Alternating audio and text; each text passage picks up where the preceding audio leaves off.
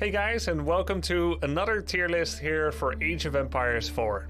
I made one just a few days into the game's release with everything that I and we knew at the time. Since then, we've gotten new information. We've got more games under our belt. I'm clocking in at about 160 hours of Age of Empires 4, which still feels nothing compared to what it should be and what it's going to be in the future. With 160 hours, I'm just starting to get to learn the game. And we've also just had the Genesis tournament, a $20,000 tournament with a $7,000 prize that, spoiler alert, the Mista ended up getting second in and the Viper ended up winning. Alright, we saw many factions being used there, and what was special about the tournament was that a faction could not be repeated to be used if a player were to win with it. And that kind of skews results. Furthermore, what may work in a tournament with special preparation can be different from what may work in a Storm League, in a ladder game, in a quick match game, in a ranked game, and so on. It may be possible that there is a rock owns scissors kind of deal at the top level play, but that when you play in ladder and you just keep spamming one faction, there is a more reliable faction to be played, even if it has one counter. For instance, if I were to say the French are really good, but the Mongols always beat them, but Mongols lose to everyone else, if that were the case, well, then it would still be the most logical and sensible with the best possible win rate and rank climbing to play French on ladder. And then there's ease of play. We are all fairly new to the game, though we do have many RTS veterans playing the game already, from many different games. StarCraft 2, Age of Mythology, Age of Empires Online, Age of Empires 2, Warcraft 3, and more. So there are many veterans and old techniques are being applied, and so the game is being learned more quickly than maybe a game from 1999 or 2003 might be learned. There is a higher pace of learning, yet there's still much we don't know. And some of that has already been illustrated by the Moreno Duran brothers from Spain, Vortex and Lucifron, who have been pro in 4 different games already. They utilized the Delhi faction to take a surprise victory in a shocking way against what was perceived to be the best faction, France, even if my tier list didn't put French there yet. But it emerged soon after that the French were very popular, with something like a 70 to 80% pick rate in the best of 1 rounds of the qualifiers of the tournament. Delhi being used, which was classified as a bottom 3 faction, to beat the French was exciting indeed, and it showed us much that factions that aren't looked at yet can be cooked up with a special strategy in a laboratory and being used to effectively clinch some victories. And that is exciting. What wasn't used in the top 8 of the tournament at all was the Chinese faction and the Holy Roman Empire. So far, no one has dared to, or been able to, or maybe it's not possible, to utilize them effectively in the current meta and strength levels of the game. They were not picked in the top 8 tournament at all, even for a cheese victory on a special map. Alright, so let's evaluate everything we know, everything we've seen, but also my personal beliefs in what I think are right now the current strength levels for every faction in the game. This is gonna be my tier list. But I'm gonna make 2 tier lists. I'm gonna make one for ladder and for the average Joe and Jane. I'm gonna make one for what I think is at the top level. I'll start with the Joes and Janes. So, we are going to select factions that have a clear path to victory, that have a clear aggression plan, which trains you to play the game in a way that is effective most often on the ladder or in quick match. Not something that is map dependent, and it needs to have a good strength level and be easy enough to play. Not where you're completely outplaying your opponent with great effort to inch out victories only every now and then. So for that, let's begin. This is for the plebs, and maybe I'm included in that as well still. I'm only top 200 in Europe right now, or in the world, I'm not sure, so something like top 200. So I think that still goes to the French. With the highest popularity by far, and with everyone preparing for it in the tournament, they didn't do as well as expected. We can share some of those results maybe later if you like, but the French are easy to play. they have the Royal Knight Rush at Feudal Age that can give you many villager kills. The French are also able to make 11 villagers for every 10 that you make, because they produce villagers in 18 seconds. With researches being cheaper for the French, costing less for economics and for war, getting an automatic attack upgrade the moment you finish a blacksmith, with resource collection buildings being cheaper for the French than others. They get little economic bonuses that wouldn't amount to much per se when you compare it to something from the Holy Roman Empire, Aachen Chapel, the prelate bonus, or the imperial officer of the Chinese. Everyone's got economic bonuses. But all of this is added to the great ease with which the knights are able to have a free stables that pumps out royal cavalry, that are self-healing, that are tanky, that ignore arrow shots from archers and from town centers, and they're able to clinch a few villager kills. And if you want to play the French on the ladder, it is greatly suggested to open with the School of Cavalry, rush some knights into the enemy villagers, try not to lose them, get the healing, and then switch into the archers, because knights are invariably countered by spearmen, and spearmen are countered by archers.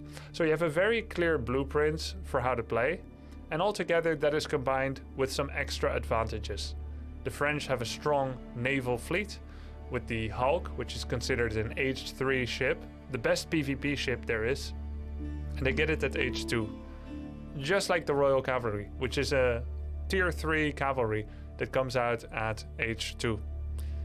All this together, and then they have strong late game via bonus range on siege. But it's not necessarily about the late game. I'm thinking about the knights and all the other things I've mentioned. That puts them in tier S. Together with that, I would say the English. The English are also easy to play, with economic bonuses, great defensive advantage, and you can turn that defensive advantage into an offensive advantage by bringing a villager to make outposts near your opponent's base. Opening up with the guild hall and mass longbowmen allows you to have a large force of bonus damage, bonus range archers, which really only get countered by most factions like Holy Roman Empire, Delhi, and Abbasid. These three factions can only counter longbowmen with the quite weak and undertuned horsemen. Horsemen is a zero armor, fast moving cavalry unit that has bonus damage to archers. Mass horsemen will beat mass archers if nothing else is involved. But the moment you add the self-healing, the range, the kiteability, spearman defense, and palings, which longbowmen have, as well as the fact that longbowmen come out before your first horseman can come out because of the tech speed and the fact that you make from the landmark, the English have a clear attack path where they can bully a faction like one of these three easily. By pumping out non-stop villagers and having a large villager expenditure on your wood and gathering a lot of that, you can open up with longbowmen, macro behind it as normally, and snipe off villagers in all the different corners of the opponent's base. It takes 9 longbowmen to one-shot a villager. So if you just make up to 10 every game, and then you go to the opponent's base, and you do one single salvo on a gold villager, use your scout to get some vision over their woods and kill a wood villager, and you keep that up, and then you open up, you follow up with spearman to protect yourself against horsemen, and you don't overstay, you scout well. English have a great start. After that, you can play out the game normally, make a whole bunch of longbowmen and spearmen and expand, or you can do the same thing, make a couple of rams and attack. And it's a great way to win the game. Alright, those are my 2 S-tier civilizations for the average Joe and Jane. Next up, I'll say Mongols. Mongols are kind of a loose form aggression force. There's some things about them that are really hard to play, and there's some things that are a bit easier. The Mongols can provide a lot of early game aggression. They have a moving, attacking scout that can be used for a number of different advantages. They can be aggressive in any age, H1, H2, and H3. Because they can't build walls, you can't fail at building walls either. No little gap where the enemy starts attacking you through the little gap. Outposts give you bonus movement speed, lots of vision, of the map, so it kind of feels like a Zerg in StarCraft, with creep tumors everywhere, giving vision and movement speed, by the way. The Mongols can play an oppressive playstyle with a Dark Age rush with horsemen or spearmen or even scouts. And you can keep up aggression in H2 with Mangudai, keeping in mind not to overmake them. Even a few Mangudai can make your opponent have to make a massive response, keeping safe their villagers against the moving, shooting archers. Of course, archers will counter Mangudai, but if you only make a few just to make your opponent over-respawn and play passive, you can play a constricting playstyle that has you ramping dominant on the map as you tech to H3 and knights or lancers, whatever they're called. You can get up to castle pretty quickly after some of these delayed techs. Maybe you reach feudal at 7 minutes because you did castle, you did Dark Age aggression, but you can still sort out your economy to get to the 3rd age fairly quickly. I've seen it a lot, and the Mongols were extremely successful in the tournament as well, even if this is a plebarian list. Okay, that's the Mongols for me, tier A. Rus are a little bit harder to play, but they still have the H2 Knight, and there's a number of things that are easy about them, like the Golden Gate landmark. I think they're strong enough to put them on tier A as well. They have strong late game, they've got double as strong wooden walls, and even if you are not a god at stutter stepping and killing all the deer, chances are, at most levels, your opponents aren't even counterplaying your attempt to get the bounty altogether too much. With the H2 Knights, the early Knight, you again have a strong cavalry unit that beats most things in that tier. And the Rus have the Golden Gate that can help you sort out your economy very cheaply. For the rest, I think they are a strong faction. They can generate free gold with their hunting cabins and so forth. Okay, next up, I'm gonna say Abbasid Dynasty, Holy Roman, and Delhi on this tier. I think the fact that you've got men-at-arms at H2 with the Holy Roman Empire, and either a very strong minework palace all in, or the Aachen Chapel's economy bonus, I think it puts Holy Roman Empire as a solid B tier. You've got insane gold generation if you pick up relics and you bring them back to your Recknitz Cathedral, and Palace of Swabia can make up for a lot of villager deficit against some of the strong harasses that the Mongols, the Rus, the English and the French can do against you. Staying on 1 TC as Holy Roman is perfectly fine. Defend yourself well, stay alive to get a few relics, and then go to Palace of Swabia and you can come back and sort out your economy. They have one of the best man-at-arms in the game, together with Delhi Sultanate and the English. This is a great unit that's very spammable, not too vulnerable against different siege units that your opponent can make, or archers. 8 armor men-at-arms, right? Or like 6 armor men-at-arms. I think English have the 8 armor men-at-arms, which is also fantastic. And altogether, they're a strong faction. They also have access to good siege units, so yeah. And I think what's still undiscovered is the prelates. With Holy Roman Empire, you can make a whole bunch of prelates for 100 gold each from all of your town centers. And these prelates can cast Inspire, giving 15% bonus damage. And this is auto-cast out of combat. Doesn't cost any mana, you just put 10 prelates with your army, and you end up going into battle with everything inspired. Plus 1 armor, plus 15% damage. Works on Springholds, works on Bombards, works on Mangonels. It's pretty impressive. There are currently some bugs in the game that are there. They weren't listed in the known issues of the Age of Empires 4 patch. One of them is the prelate sometimes stops working. Now if you go for Aachen Chapel, I recommend that secondary prelates be put in the chapel if they become bugged, and then you take the other prelate out.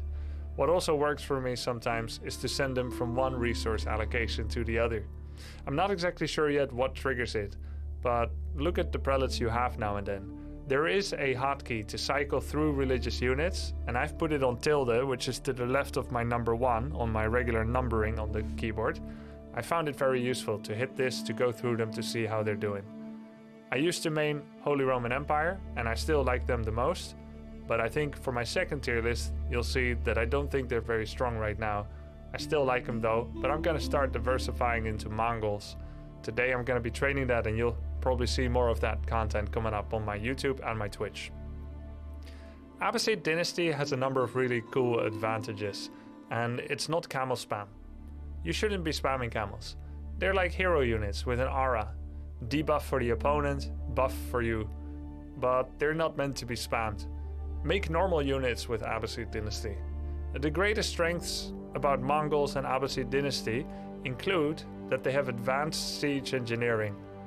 This means that they can make springolds on the battlefield, or mangonels, with their infantry.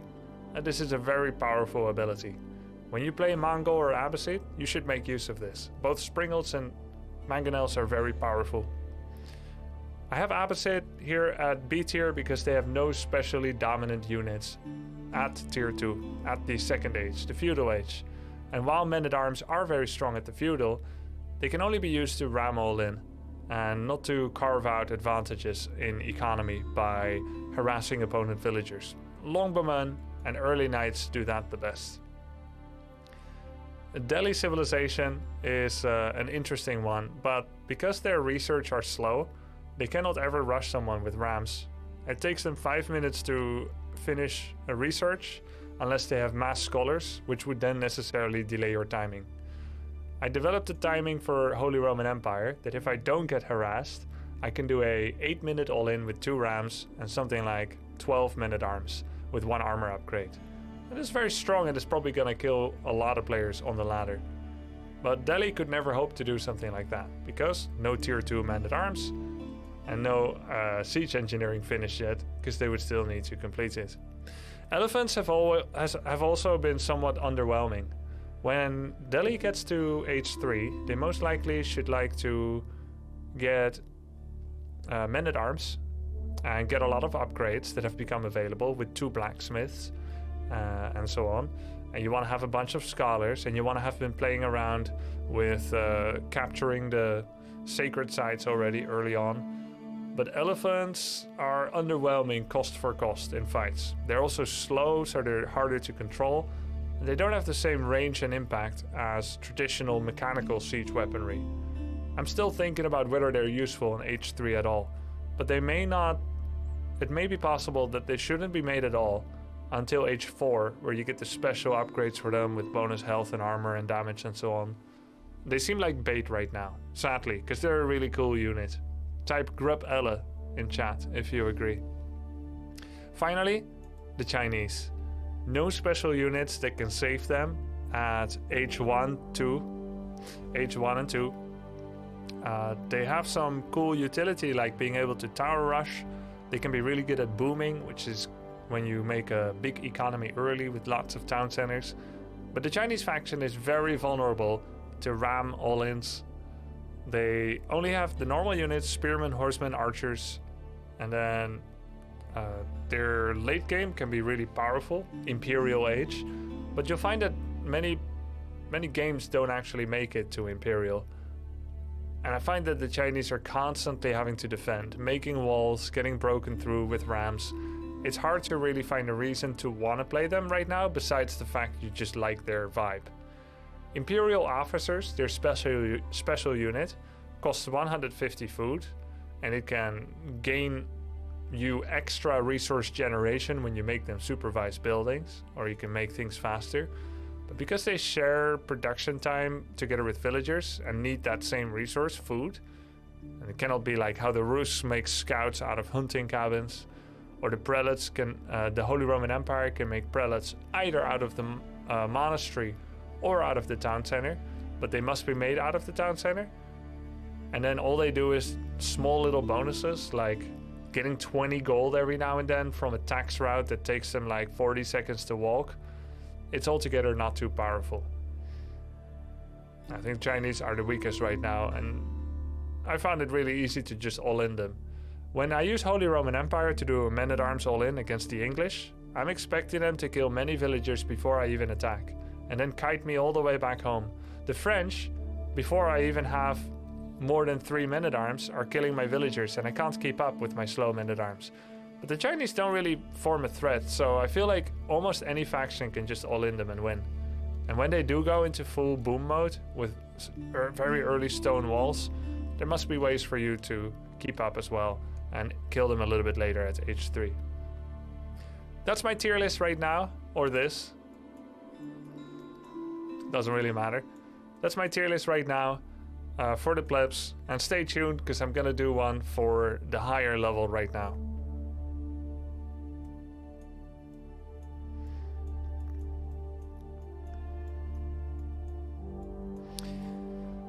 Alright, that was for the average Joes and Janes. Now, let's talk about the tournament. In the tournament, we had a surprisingly high amount of French players in general. Maybe not too surprising. The Genesis tournament had a 512 player bracket and everybody was playing French. In the top 8, players had a week to prepare, and they prepared a lot of counter tactics to the French. Because the French are dominant on land and water, everyone had to practice for them, and that made it so that people are more well prepared for them. Even if they are overtuned, everyone had a counter faction, thought of where to beat them on which maps, avoided playing against French on water if they're not French for the most part, unless they had a special counter tactic with Abbasid or Mongols or Rus. Here are the factions that got used at all: French, Rus, English, Abbasid, Delhi. These 2 factions were not used in the top 8 whatsoever. The players did not believe, against other top players, that they could use the lack of harass tools by Holy Roman and Chinese, the lack of special units, Tsugunu not being good enough and men-at-arms not being good enough to apply pressure, to get any edge at all against their rivals. And I think that makes a lot of sense when you think of it at top level. Then, the big surprise was that the French had a lower than 50% win rate. I think French had something like 35% win rate, but you gotta take those stats with a grain of salt, because everyone was prepared against them. 25%, everyone was prepared against them. And there were many French mirrors, which obviously showed that the best French would win in a French mirror, the best player would win, and you were allowed to use the French again only if you lost with them. So if you keep trying them against someone that beat you in French mirror, aka they're better at the game when it's relatively even, not counting map imbalance or luck, then you would naturally rack up more losses. The amount that a faction is played is perhaps as interesting as their win rate. It needs to be seen together and through the lens of the exact structure of the tournament. So I don't think you can be too heavily reading into that per se. But the Mongols won almost everything.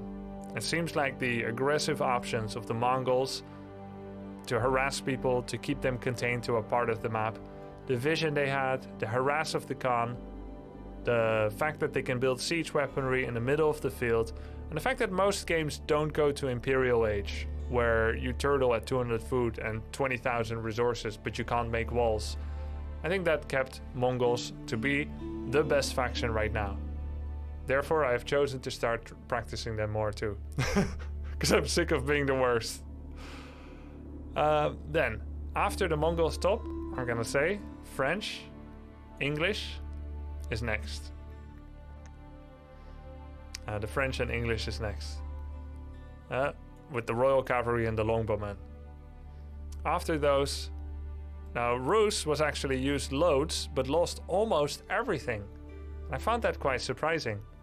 Is it because too many oddball tactics were used? With mass scouts trying to bring back corpses of the deer with professional scout upgrade? Or were they used as a counter faction to counter some of the strongest compositions? I don't know exactly what it was, but Rus lost almost everything in the top 8 tournament. Still, I think they're at least B tier. They were matched against Mongols a lot, yeah. They're at least still B tier. They are harder to play, and I do think that our skill generally is of course lacking compared to what we will see 6 months from now. Abbasid dynasty. Delhi. Delhi is not like the other factions. They don't have the same offensive tools, nor even defensive tools. For all intents and purposes, it seems Delhi should be C tier the most.